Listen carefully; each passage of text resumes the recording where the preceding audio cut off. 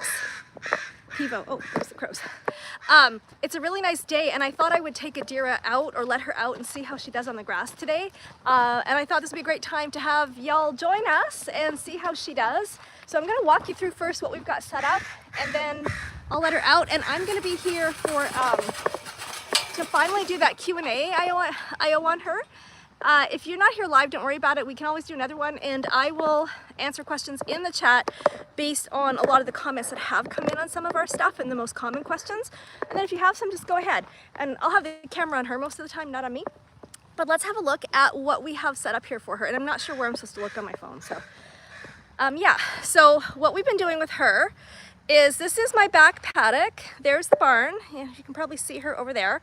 And so we are just leaving this gate open. I haven't gotten to the point yet where I want to close it when she's out here because she still needs to feel like she can go back to her stall and paddock.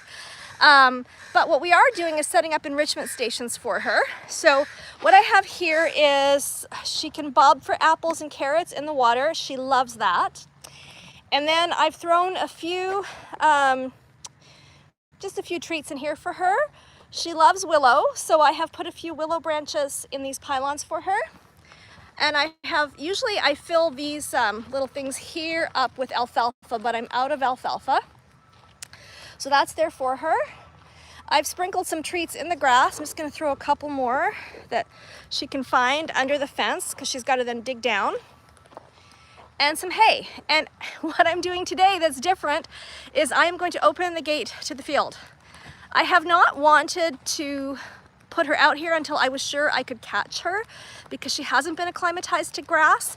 And I had been taking her out on a lead line and rope, but that really hadn't been feeling safe because when she's not in her safe zone and she spooks, she has no idea what's going on around her and she could just potentially run me over. So I never felt really safe with that. And this isn't her safe zone yet. So, and also she likes to be close to me when she's scared. So that's just not a good combo. And also what I've noticed with her is when she does have a spook reaction, her natural body thing is just to cow kick left. Not at anybody, that's just what her body does. So I haven't really wanted to be attached to her back here, but I couldn't really let her go. Now that I am confident that I think I can catch her, I have sectioned the field off, as you can see. So we've put some temporary fencing up. The gate to the back paddock is closed, and this is all fenced off. So this is gonna give her a nice little zone to just try coming out in here. And also, as you can see, most of the grass is kind of eaten. So if she takes her time and doesn't come back right away, I don't need to worry about laminitis or colic or anything like that, because there's hardly any grass here.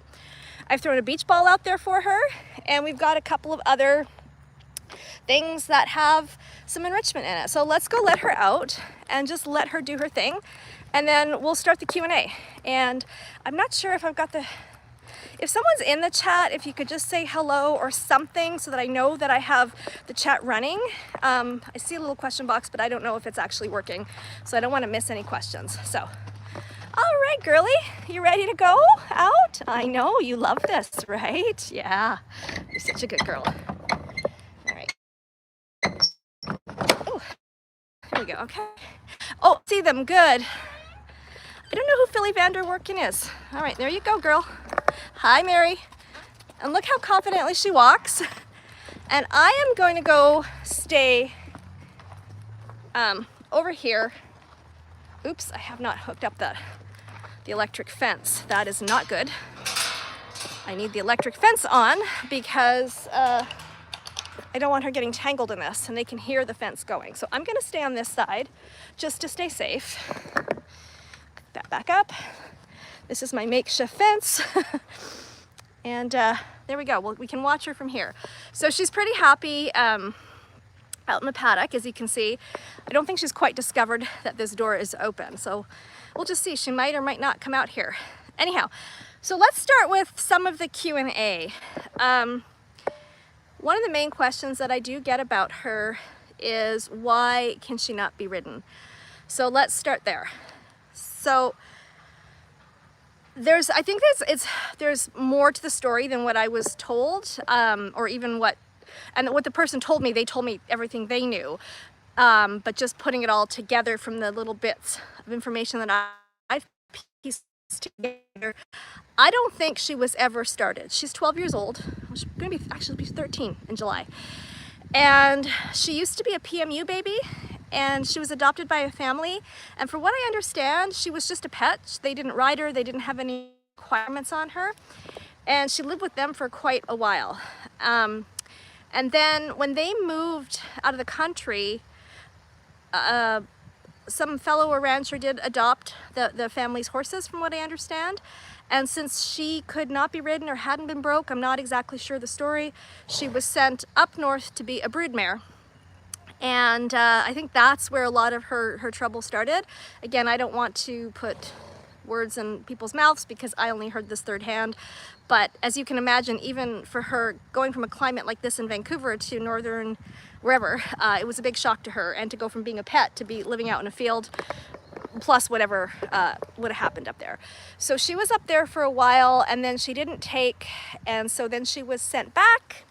And the fellow that had did take her from the original family, I don't know, I don't think he ever tried to ride her or whatever, but he didn't want her horse that couldn't be ridden, and so she ended up at the rescue. And then a really nice family did adopt her, and they didn't know her riding history, and she was quite explosive under saddle. And so what I understand from her medical records is that they took it in to see if it was pain and not just behavior, and sure enough, she had kissing spine. But based on what I've heard, if you imagine she's a 12-year-old horse that's never been ridden, if that is the truth, and based on her behavior, I'm gonna say, yeah, she hasn't been started, because so many basic things she doesn't know how to do. And so if you can imagine, you go from that to suddenly riding and having kissing spine, and you've never had someone on your back, and now you do, and now it hurts. So there was just a lot of things for her. And so, am I back? I lost connection. So I just, there's any need to put her through that. But what I do have from the vet is absolute clearance to do groundwork with her, and exercises and obstacles and liberty, because that is all really good for her physically and emotionally. But we're just basically starting with her her to have basic handling. So that's pretty much what I know about her. I don't want to fill in blanks, some things I don't know firsthand, because I don't think that that's ever does anybody any good to repeat things that we've only heard third hand. But I will speak more about what I've observed in her own behavior.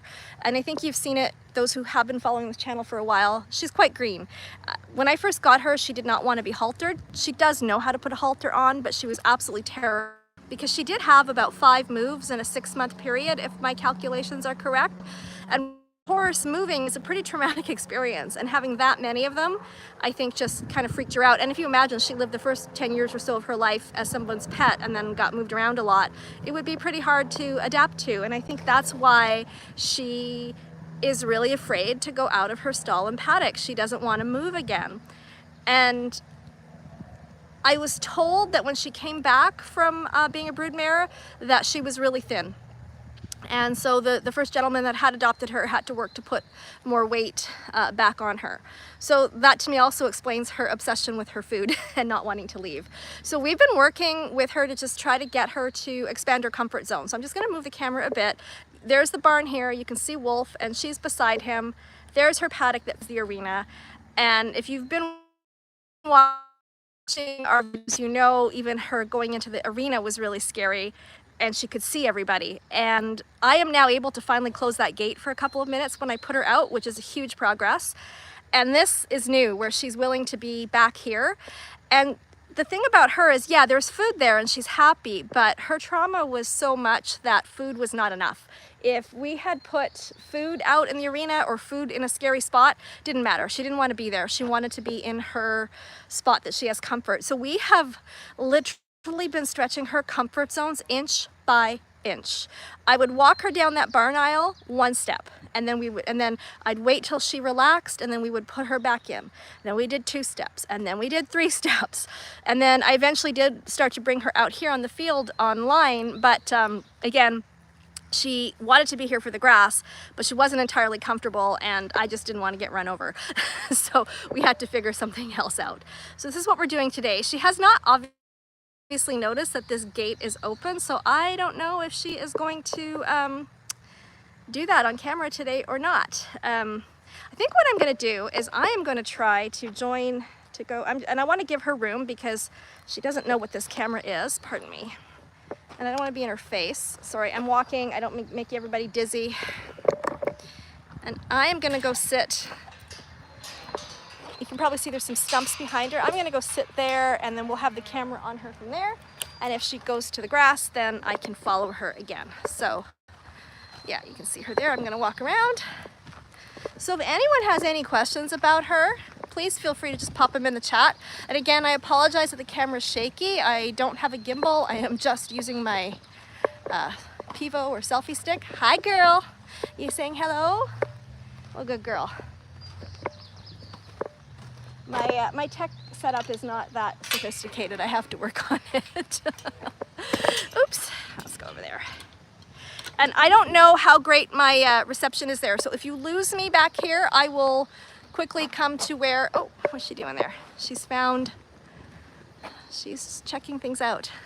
Hello, Bee from Texas. Okay, oh, that's Wolf's poop that she's checking out. Hi, you saying hi to everybody? If I do lose connection, I'll rush back to a better spot, so just bear with me.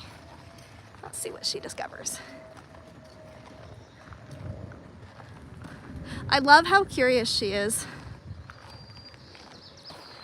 I mean, I know this just seems like, okay, it's so basic, it's a horse in a paddock, but for me, this brings me to tears because like even 3 weeks ago, this was not a possibility with her, you know, and to just think of how scared she is. And to give you an example, again, I don't know what happened to her when she was up north, but we were working on something and I was using the target stick and she leaned over her door and she banged her chin on the door, but she thought that it was the target stick and she thought I hit her. And her reaction was so big for a little bump, and her fear in her eyes and everything, it was awful. And then she was afraid of me for about an hour, and then afraid of the target stick for a couple of days, which I was really worried about because the target stick was her comfort spot and it was how I could bring her down from a panic, and now she was scared of it. So we had to work through that. Yeah, totally, Bee. And I'm thinking to myself, that's not normal, right? Because if I like I didn't even touch her. She did that to herself, but she thought it was me. But with my geldings, if I've accidentally bumped them or done something, they, oh, thank you so much. If I've bumped them or done something by accident, you know, they might get annoyed, but they get on with their day.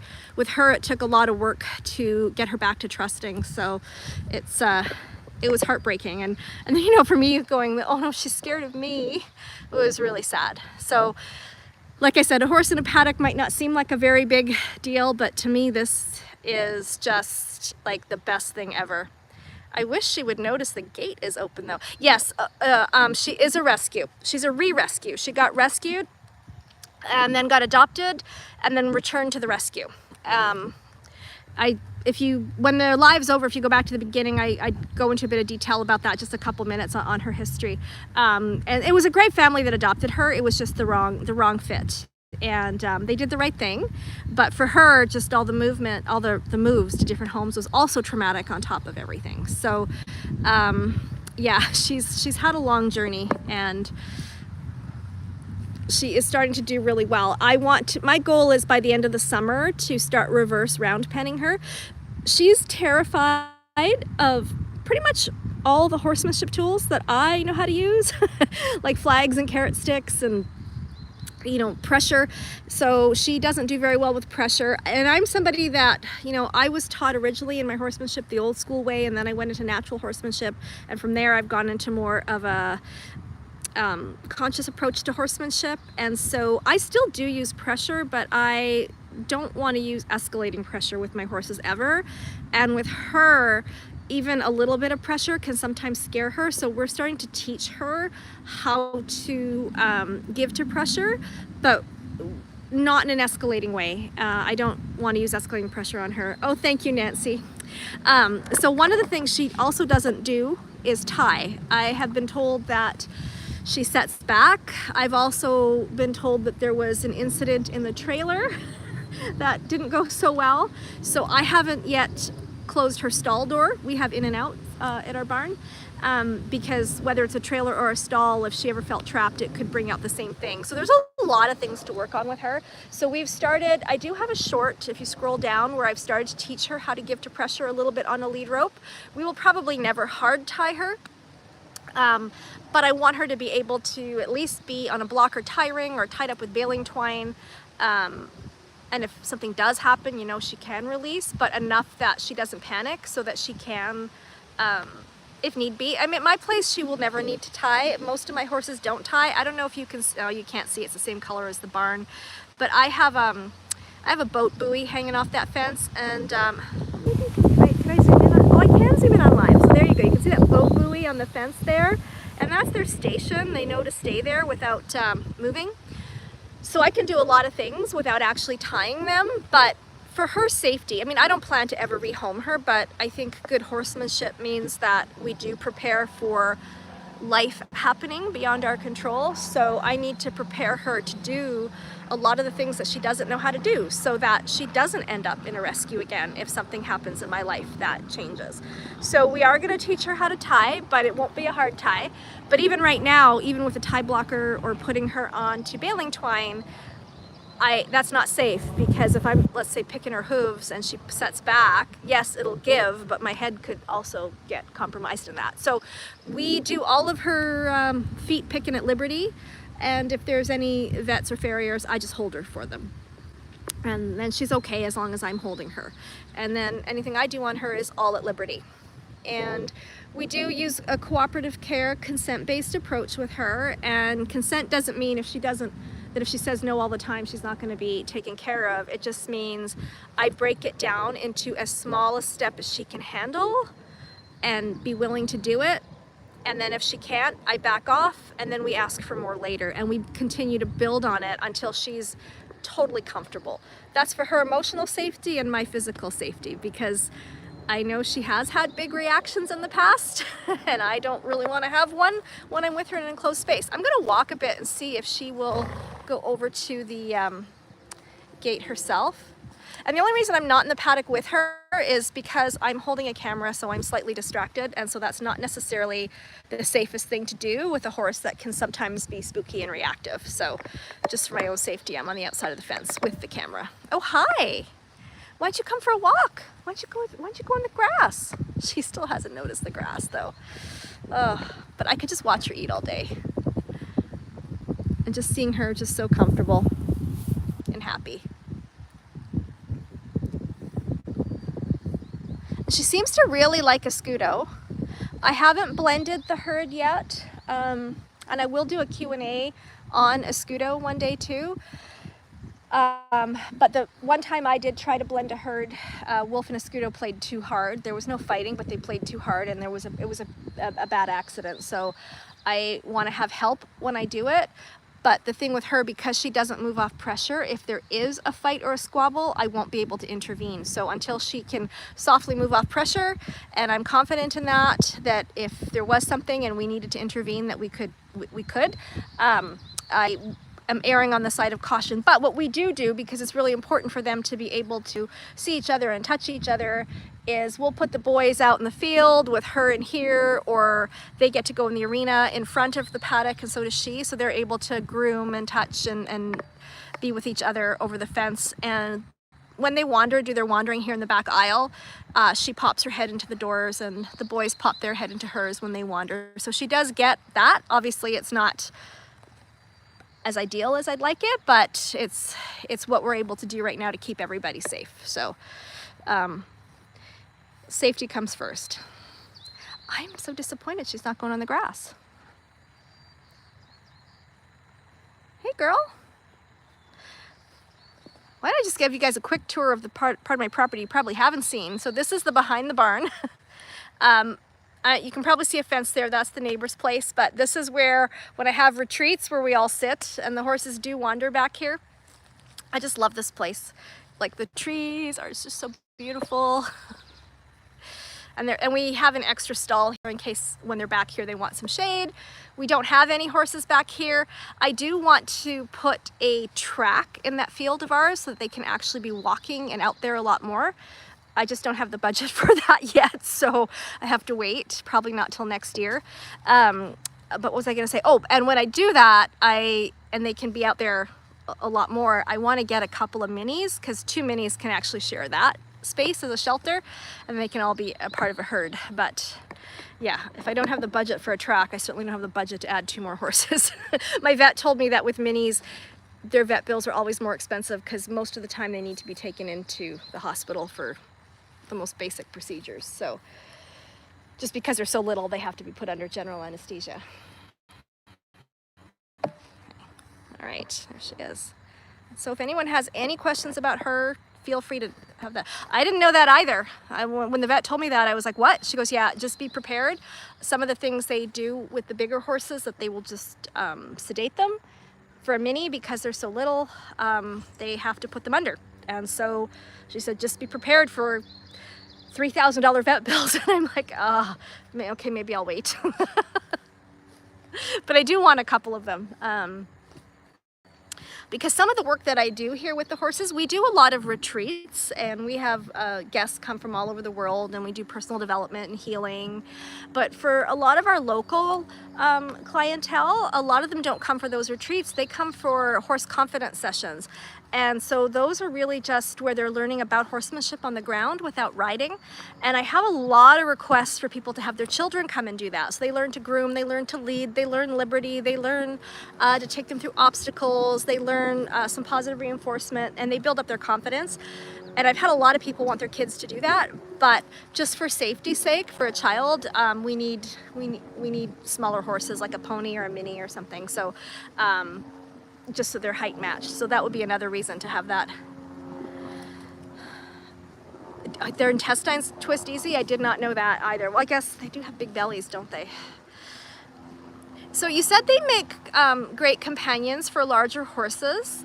Could you maybe help me understand, because this is something that it's a hang up in my own head. And maybe it's because we had let me put the camera on Adira, she's more interesting. And maybe it's because we had the accident with a Scudo. How do you blend them with bigger herd? Because I would love that, but I would be so afraid that they would get into a fight and not win it with the big horse. I mean, my horses are all gentle, but you know, animals are animals, right? And that's something I've always been really afraid of, but I would love it because I love seeing the herds of big horses and little ones together. I think it's so cute. I'm gonna see Adira, why don't you come this way? Come on, the grass is open, girl. Hey.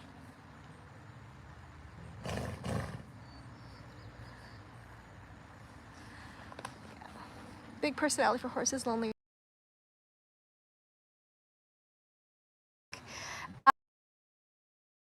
Boys, and then he passed away, but he certainly had a big personality. Yes. Well, so we do it all over the fence, PJK, and Chip and Escudo had met over the fence, but they didn't fight, right? They played way too hard, and it just hooves it was a freak accident. Like hooves got tangled and Escudo got sliced and cut an artery. So it and they were just playing. And that's probably just one of the freakest accidents that has me messed up for life.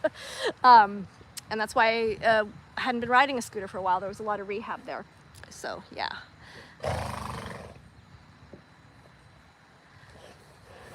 Oh, you like that hay pillow, hey? And that's why we don't give them to horses with shoes. Oh, the crows. The crows are... Okay, I'm leaving. Sorry. I'm not by your nest. There's the crow. I don't know if you can see it up there or not. There it is in the tree. There's a nest of baby crows in that willow right there. And I was standing underneath it, and they're totally fine because the crows have lived with us for 5 years. They're very used to us. But I was under the tree. They didn't care. But I saw the babies stick their head up and the mom feeding them, so I stopped what I was doing and I tilted the camera up. But stopping and looking at the nest, oh my God, they started screaming. A whole bunch of them came in, and I just left, and I'm apologizing to the crows, right? And they, thankfully, I've built up enough goodwill, they didn't dive bomb me. Hey, girl. But I don't know why they were going to this tree, because they don't have a nest there. There is one way up there, if you can see it. Oh, there it goes. There it is. And they're quite something. No, they probably don't. They're awesome guards though. Like they have escorted raccoons off the property. They have escorted falcons off property. I love them. What are you doing, girl? She's not going to that grass. Oh man. Why don't you go in the grass, Adira? It's possible. They also hunt from that, like they sit on the top of that and squawk quite a bit, like they call each other to it. And it's really funny. I don't know if you can see, so over my deck there's a bit of a roof, and the gutters there, they store all their food in that gutter. So I'll be sitting in the living room and I'll look up and you'll see the crows go in and pull their food out and then dip it in and wash it. They're a bonded pair. They've been here since we moved in, and they've had several iterations of babies over the last 5 years.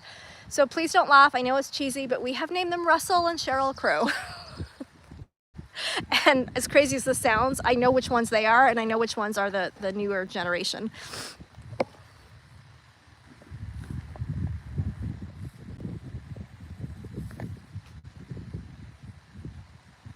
Here she is. So I don't know how to get her to go over to the grass. I was hoping we could all see her go on the grass, but I'm not going to force her because I want everything she does to be her choice. I'm going to attempt walking under that tree again, and hopefully the crows don't lose their minds on me. Let's see if I can't lure her over here. Sorry, the camera's a bit crooked. I'm trying to balance the camera and not get killed by crows. All right, I did it. There's a little barn.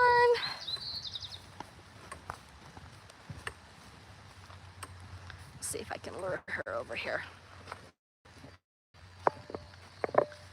Adira!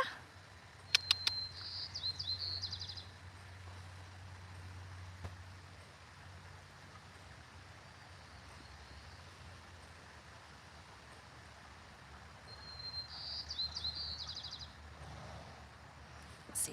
Okay, I'm gonna go under the hot wire. You guys are seeing my messy yard. Come on, girl. Why don't you go in the gate, in the field?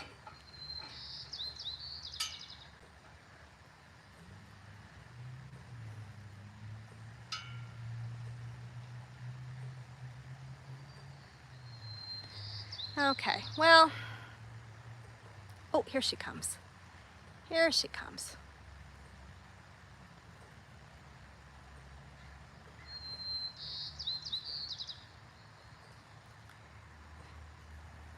Well, she's found the willow.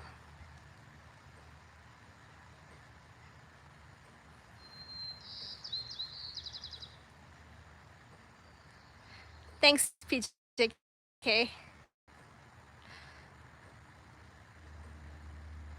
Oh, looks like we have a couple of trolls in the comments. Ay, ay, ay. I think she might make it. You know what I'm gonna do is I'm gonna toss, I have another one of these. I'm gonna see if I can't toss it over there for her to find it. Here we go.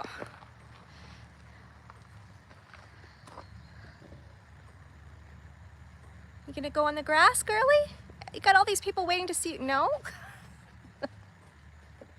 So this is part of how I am working with her, is if she's afraid of it, because that is definitely not her comfort zone, it's going to be entirely her choice. And when she goes, then she'll be confident. And then it's just safer for all of us when we actually take her back there. I'm really surprised I'm getting Wi-Fi signal at this part of the property. Usually I don't. So knock on wood, we still have it.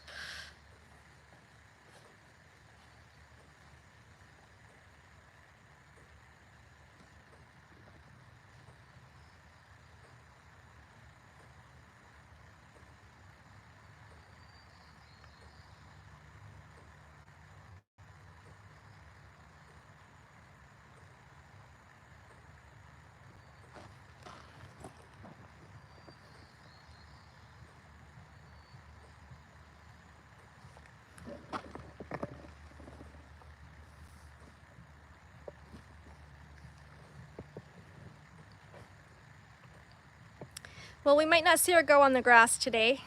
If she does go on later, I'll see if I can't either grab a live or do a quick reel or something to grab her on there. Let's see, I got her at the end of November, so 7 months? Yeah, 7 months.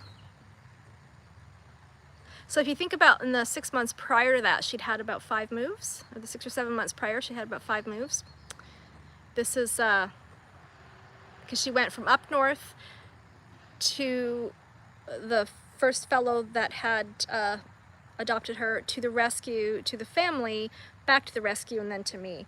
So that was a lot. And so now she's, I've noticed in the last 3 weeks a definite unwinding for her. So I think we've passed that length of time, and so she's realizing, okay, this is home.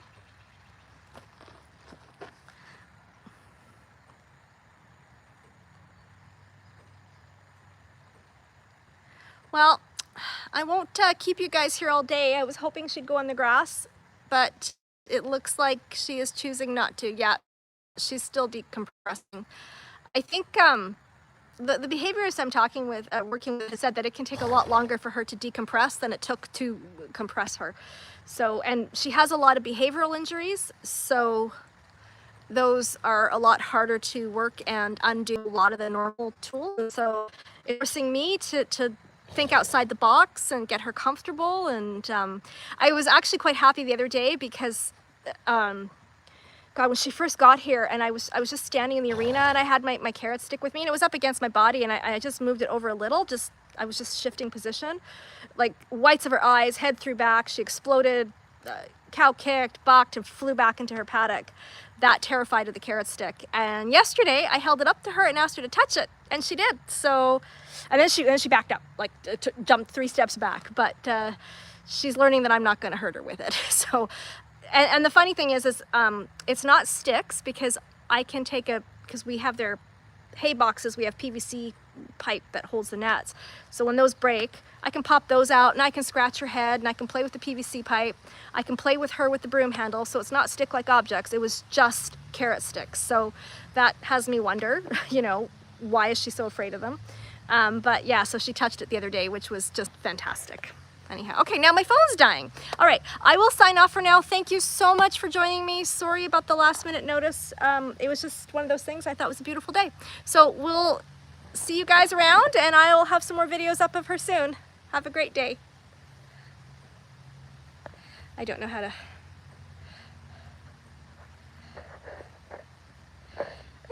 to sign out of this. Oh, here's an X. Take care, PJK.